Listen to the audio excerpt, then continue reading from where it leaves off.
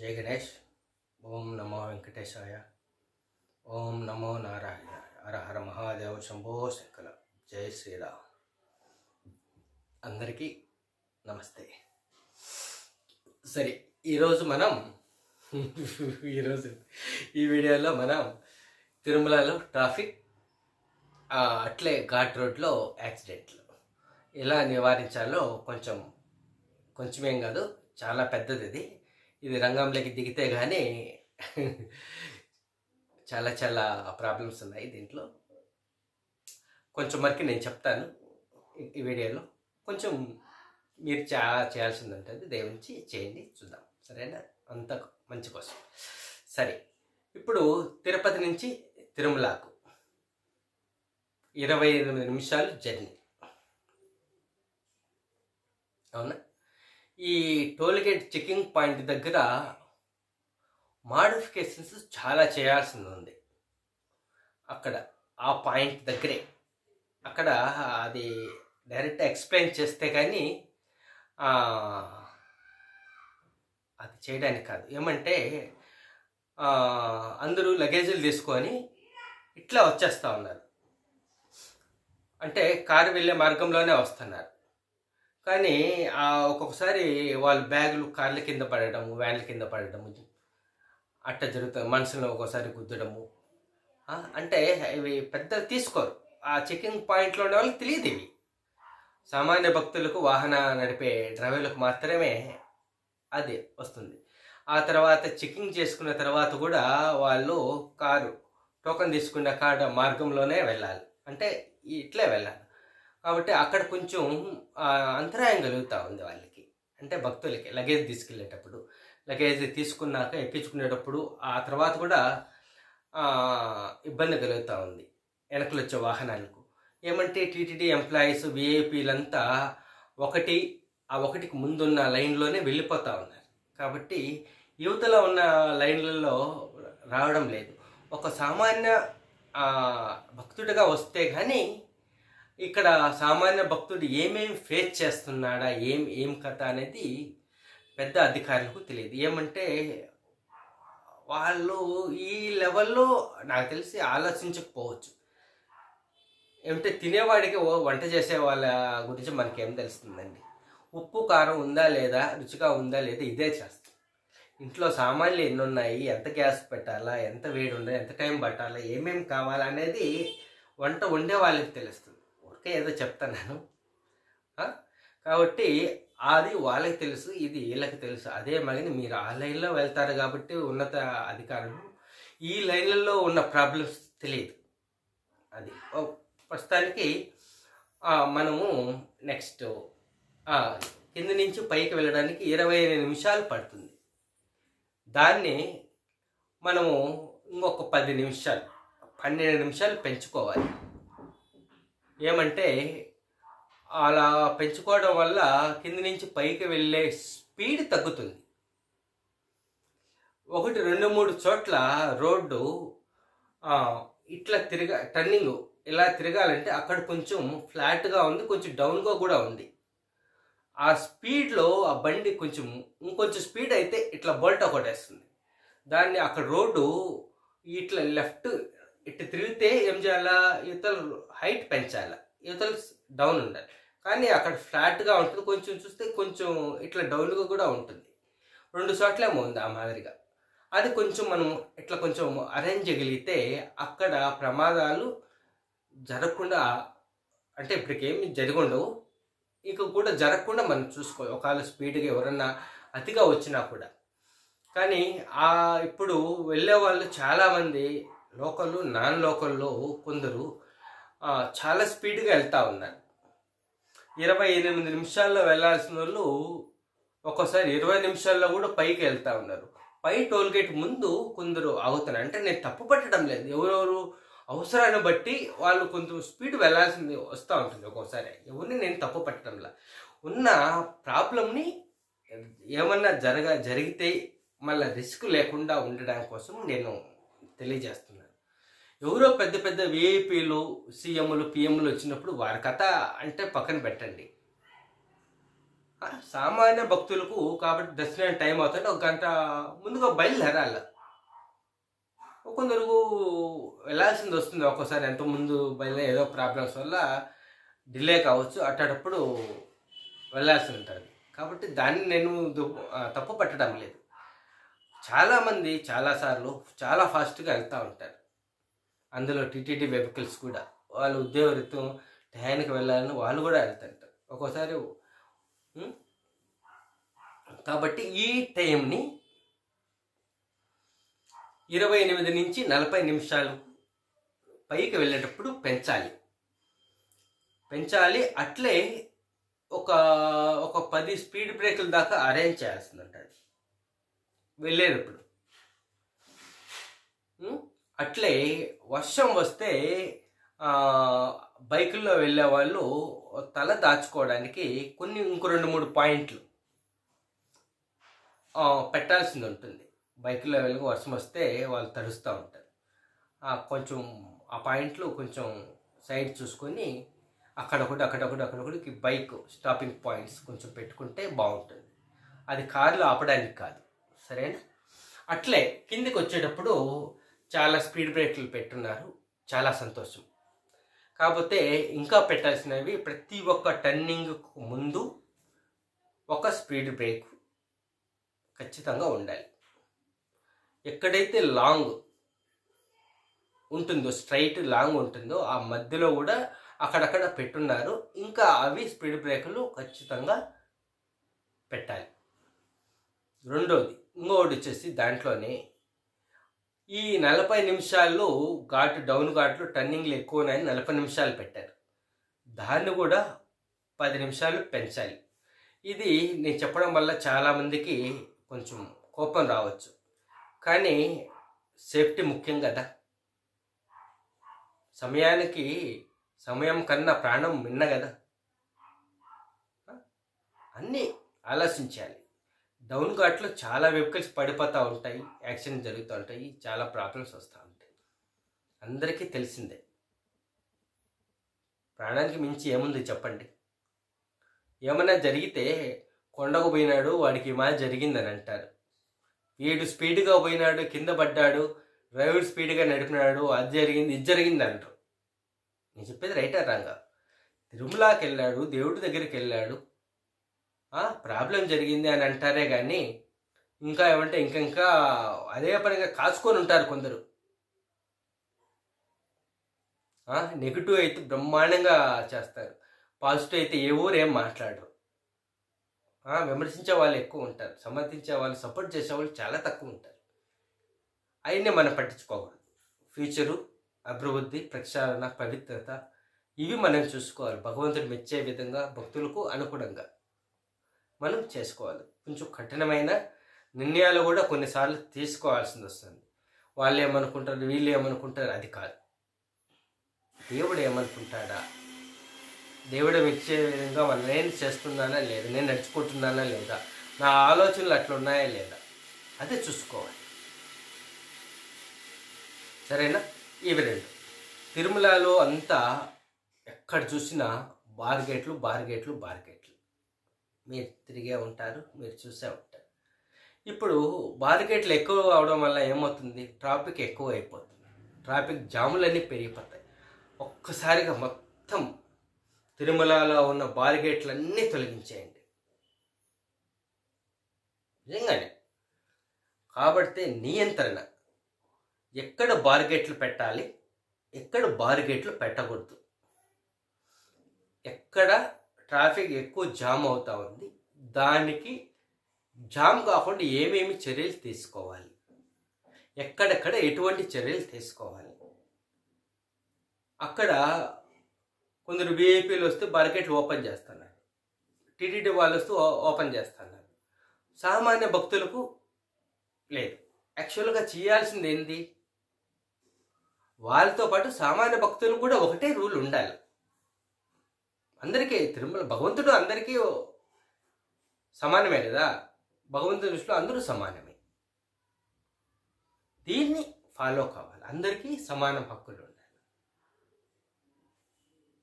నేను చెప్పేది కొంచెం అందరికీ ఇబ్బంది కలిగించవచ్చు, మన కోసమే, దైవ కార్యం కోసమే. అక్కడక్కడ కొంచెం ఎక్కడ స్ట్రిక్ట్ మెయింటైన్ చేసుకోవాలి, ఒక పద్ధతి ఫాలో కావాలి. పద్ధతి ఫాలో కాని వాళ్ళకి చర్యలు చేయాలి. వాళ్ళు లోకల్ అయినా నాన్ లోకల్ అయినా ఎవరైనా కానీ నాయనా నాయనా నాయనా అంటే ఎవరు వినరు. వారికి చెప్పే పద్ధతిలో చెప్తే వింటారు. 1, 2, 3 సార్లు ఇలా జరిగిందనుకో, 5, 6 వాడు రైట్ అవుతాడు. మనం దీన్ని ఇది ఇలా జరిగితే ఇలా జరుగుతుందని మనం ముందుగానే హెచ్చరించాలి. హెచ్చరించకుండా ఒకటేసారి వాళ్ళ మీద కొంచెం హార్ష్గా ఉంటే వాళ్ళు బాధపడతారు. హెచ్చరించాలి, సూచించాలి, హెచ్చరించాలి, శిక్షించాలి. లేకపోతే అంతా గందరగోళం అయిపోతుంది, అంత దుద్దిపోతారు. ఏమన్నా జరిగితే ఎవరు సమాధానాలు చెప్తారు? అప్పుడు తల దించుకోవాల్సి వస్తుంది. కాబట్టి తల ఎత్తుకొని మనం ఉండాలి, భగవంతుడి దగ్గర తల దించుకొని ఉండాలి, భగవంతుడు మెచ్చే విధంగా ఉండాలి. కాబట్టి ఈ తిరుమలలో బార్గెట్లు కంప్లీట్గా తొలగించాలి. అంటే మోడరేట్, ఎక్కడ బార్గెట్ పెట్టాలా, ఎక్కడ పెట్టకూడదు, ఎక్కడ ట్రాఫిక్ ఎక్కువ జామ్ అవుతా ఉంది, ఎక్కడ దాని నియంత్రణ ఎలా చేయాలి, ఏ పక్క నుంచి వస్తే బాగుంటుంది, ఏ పక్క నుంచి వెళ్తే బాగుంటుంది, ఇవన్నీ మనము ఆలోచన చేసుకొని ఒక పద్ధతిగా మనం అరేంజ్ చేసుకోగలిగితే సామాన్య భక్తులు, ఇప్పుడు చూడండి సిఆర్ఓ ఆఫీస్కు వెళ్ళాలంటే సామాన్య భక్తుడికి బండిలో ఎలా ఏ రూట్ని వెళ్తాడు? ఒకసారి ఆలోచించేయండి. లేపాక్షి నుంచి వెళ్ళడానికి లేదు, లేపాక్షి సర్కిల్ అన్నమయ్య సర్కిల్ నుంచి అట్లే పైనుంచి రావడానికి లేదు, బస్ స్టాండ్ సైడ్ నుంచి రావడానికి లేదు. ఎట్లా వెళ్తాడు? ఎనో పక్కకు వెళ్తే ఆడ పెట్టుకోవాలి వెహికల్స్, ఆడేమో ఉంది, పార్కింగ్ ఉంది, ఇన్ని వాహనాలు అన్నీ పెడతారు, ఆడ ట్రాఫిక్ జామ్ కాదా? అన్నీ మనము ఆలోచన చేసుకొని ఒక పద్ధతి అనేది మనం తీసుకోవాలి.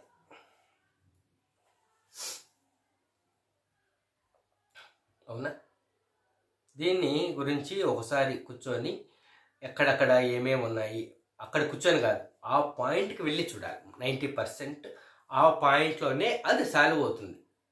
ఒకసారి కూర్చుంటే 10% సాల్వ్ అవుతుంది, ఆ పాయింట్కి వెళ్తే 100% సాల్వ్ అవుతుంది. ఏమన్నా ఎర్రర్స్ ఏమన్నా వస్తూ ఉంటే దాన్ని మాడిఫికేషన్ చేసుకుంటూ వెళ్ళిపోవడం, అంతే. వెరీ సింపుల్, అంతే కదా.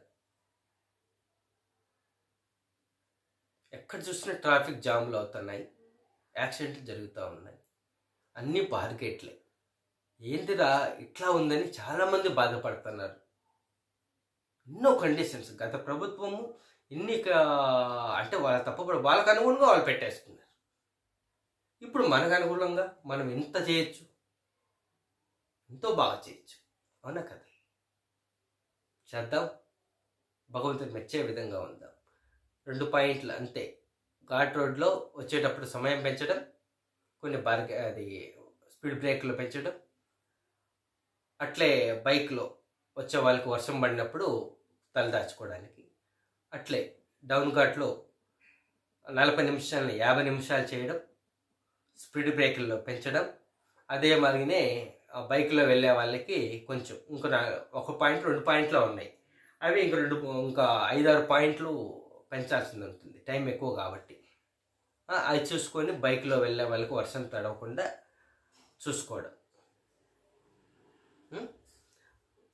ఇంకా దీని గురించి కొన్ని వీడియోలు చెప్పడానికి లేదు, కొన్ని పర్సనల్గా చెప్తేనే, అవి డైరెక్ట్గా చెప్పాను అనుకోండి నేను చెడ్డవాడిని అయిపోతాను, అది ఖాయం. కాకపోతే దానివల్ల ఎంతో మంచి జరుగుతుంది, అది నాకు తెలుసు, భగవంతుడికి తెలుసు. కానీ అది వీడియోలో పెడితే కొందరికి నా మీద కోపం వస్తుంది, ఖచ్చితంగా వస్తుంది. కొన్ని నిర్ణయాలు కఠినంగానే ఉంటాయి, అంతే. అది టైం పెంచాలి.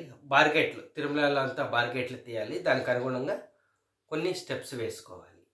ఇంకొకటి ముఖ్యమైనది ఏంటంటే కింద టోకన్ తీసుకుంటే పైకి టోకన్ ఖచ్చితంగా పంచి పడాలి. మళ్ళీ పైన కూడా పంచి వేసుకుంటారు కదా, ఆ మాదిరిగా మళ్ళీ వెళ్ళేటప్పుడు ఖచ్చితంగా పైన పంచి చేయాలి. అదే మాదిరి కింద పంచి కరెక్ట్గా ఉండాలి. ఒక్కరిది కూడా మిస్ కాకుండా ఉండాలి. ఏమి మిస్ కాకూడదు. ముందుగా వచ్చిన వాళ్ళకు అక్కడక్కడ వెయిట్ చేస్తూ ఉంటారు. అక్కడ మన వాళ్ళు ఉండాలి. అక్కడ పెట్టకూడదు, వెళ్ళిపోమని చెప్పాలి. అంటే టోల్గేట్ పైకి వచ్చారనుకోండి, పై టోల్గేట్ ముందు కొంచెం ముందుగా వచ్చిన వాళ్ళు అక్కడ వెయిట్ చేస్తూ ఉన్నారు. అట్లే కిందికి వెళ్ళారనుకోండి, కిందికి వెళ్ళేటప్పుడు మీకు అన్నీ తెలిసే ఉంటుంది, మీకు చూసే ఉంటారు. వినాయకుని గుడి దగ్గర ఇంకొంచెం ముందుకు వెళ్తే ఇంకొక కిలోమీటర్ వెళ్తే ఆ టర్నింగ్ దగ్గర వెయిట్ చేస్తూ ఉంటారు. అక్కడ లేకుండా ముందుగా స్పీడ్గా రావడం ఎందుకు, వెయిట్ చేయడం ఎందుకు, నిదానంగానే వస్తే సరిపోతుంది. ముందుగా స్పీడ్గా వచ్చి ముందుగా వస్తే యాక్సిడెంట్ జరగవా? అవునా కదా? అది కింద టోల్గేట్ దగ్గర టోకన్ తీసుకోవాలి. పైకి వెళ్ళినాక ఖచ్చితంగా పంచి వేసుకోవాలి ఇన్ టైం లోపల కాదు ఆ టయానికి మించి రాకుండా ఉండేటట్లు. సరే, అంటే నిర్దేశించిన టయానికి రావాలి. 2 నిమిషాలు లేట్ అయినా రావచ్చు, 2 నిమిషాలు ముందుగా రాకూడదు. అవునా? అదే మగని వెళ్ళేటప్పుడు పైన ఖచ్చితంగా ప్రతి ఒక్క వెహికల్కి టైం స్లాట్ అది పంచి చేసుకోవాలి. కిందికి వెళ్ళినప్పుడు కింద పంచ్, అంటే ఒక టోకన్ తీసుకుంటాము 3 చోట్ల. మనము వెళ్ళే లోపల పైన, మళ్ళీ వెళ్ళేటప్పుడు పైన, కింద ఖచ్చితంగా ఉండాలి. 21 గంట ఇది అమలులోనే ఉండాలి. 20 గంటలు ఎంత టోల్గేట్ కాడ ఖచ్చితంగా ఉండాలి. ఇవి దీంట్లో ఎవరైనా పంచి చేయకపోతే దానికి తగ్గట్టు కొంచెం కఠినమైన నిర్ణయాలు తీసుకోవాలి. సరేనా? చూసి చూడనట్టు, అంటే వారితో తప్పు ఏం లేదు, అక్కడ పంచి చేసే వాళ్ళను నేను తప్పు పట్టడం లేదు. ఏమంటే మన వాళ్ళే అట్లా చేయడం వల్ల వాళ్ళు కూడా అట్లా ఉన్నారు. చూసి చూడనట్టు అందరూ ఎంప్లాయీస్ వస్తారు, ఇట్ట అంటాడు పో అంట. మనం నేర్పిస్తేనే కదా వాళ్ళే నేర్చుకునేది. కొన్ని కఠినంగా ఉంటాయి. ఇప్పుడు వాళ్ళు బాత్రూమ్ పోవాలి, ఒక ఎక్స్ట్రా మనిషి ఉండాలి అక్కడ. 2 లైన్లు ఉంటే 3వ వ్యక్తి ఉండాలి ఖచ్చితంగా. వాళ్ళకు తినాలా, నీళ్ళు తాగాలా, బాత్రూంలో పోవాలా, అది ఉండాలి. అక్కడ మనం వాళ్ళకి సూచనలు కూడా ఇవ్వాలి. ఎక్కడ టోల్గేట్ కింద తిరుపతి సప్తగిరి టోల్గేట్ దగ్గర మనం సూచన ఇవ్వాలి.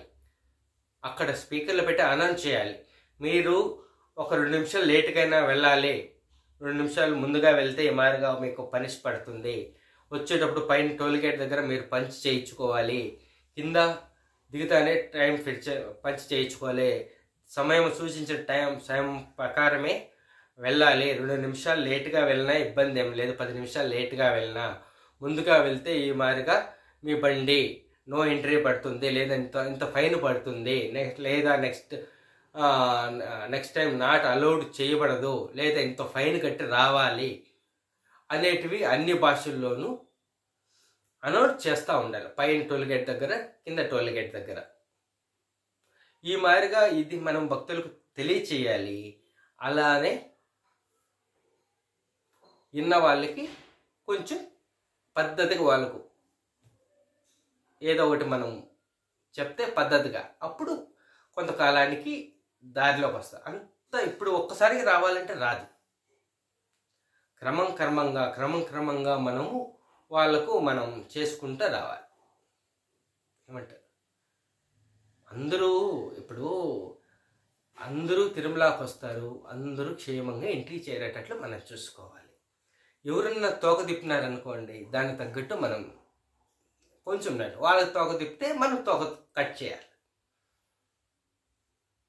చెరుక బెల్లం బెల్లం పెట్టదు గాలికి లేసి తిప్పుతేనే అది చెరుకు రసము. దాన్ని కొంచెం పెద్ద పెనం మీద వేసి కాంచితేనే బెల్లం వస్తుంది. ఆ మాదిరినే ఒక్కసారిగా చెరుకు గడ్డ కట్టే నాకు బెల్లం పెట్టు అంటే పెడుతుందా? పెట్టదు కదా. దానికి ఒక ప్రాసెసింగ్ ఉండే. మన వాళ్ళు కూడా అట్టే తయారైనారు. క్రమశిక్షణ అనేది రాలేదు. ఇక్కడి నుంచి మనం మొదలు పెట్టాలా. సంస్కృతి సంప్రదాయాలు ఏం తెలియదు మన వాళ్ళకి, అన్నీ పోయినాయి, మర్చిపోయినారు. ఎవరైనా గుడికి వచ్చేటప్పుడు పంచి కట్టుకొని రాయ్యా అంటే నువ్వు బాగా చెప్పినావులయ్యా, ముందు తీర్థం పెట్టు, చటకోపం నెట్టు పెట్టు, మాది లేదా, నువ్వేం పెద్ద చెప్పొచ్చునో పూజారులని అంటా ఉన్నారు. నన్ను కూడా అన్నారులేండి, నేను గుళ్ళో పూజారినే. కాబట్టి వాళ్ళకి చెప్పడం, వీటికి చెప్పడం ఎందుకులే, తీర్థం ఇచ్చేసి ఇటు కర్మ ఇటైనా పోతాను, నెత్తని సటుకోవం పెట్టేసి ప్రసాదం ఇచ్చి పంపించేయడమే అట్లా జరుగుతూ ఉంది. కాబట్టి గుడికి వచ్చేవాడు పచ్చి కట్టుకొని రావాలా, బొట్టు పెట్టుకొని రావాలా, సంప్రదాయాల వస్త్రాలతో రావాలా, టైటిల్తో షార్ట్లతో వస్తున్నారంటే గుడికి ఏం చెప్పాలి. తిరుమలలో కూడా అట్టే తిరుగుతూనే ఉన్నారు. నెక్స్ట్ వీడియోలో దీని గురించి మనకు తెలుసుకుందాం, సరేనా? ఘాట్లో ప్రమాదాలు జరగకుండా ఇంటికి వాళ్ళంతా క్షేమంగా జరిగేటట్టు, అంటే తిరుమలకు సంబంధించి ఎటువంటి ప్రమాదాలు జరగకుండా 99% ఇది ఫాలో అయితే ఘాట్ రోడ్లో యాక్సిడెంట్లు జరగవు. అవునా కాదా మీరే ఆలోచించేయండి. 10 నిమిషాలు వచ్చేటప్పుడు 12 నిమిషాలు పెంచడం, వెళ్ళేటప్పుడు 10 నిమిషాలు పెంచడం, అంటే వెళ్ళేటప్పుడు 40 నిమిషాలను 50 నిమిషాలు చేయడం. మధ్యలో మన గార్డ్స్ ఉంటారు, ఎవడు ఎంత స్పీడ్గా పోతున్నాడా అనేది మనకు తెలుస్తూ ఉంటుంది.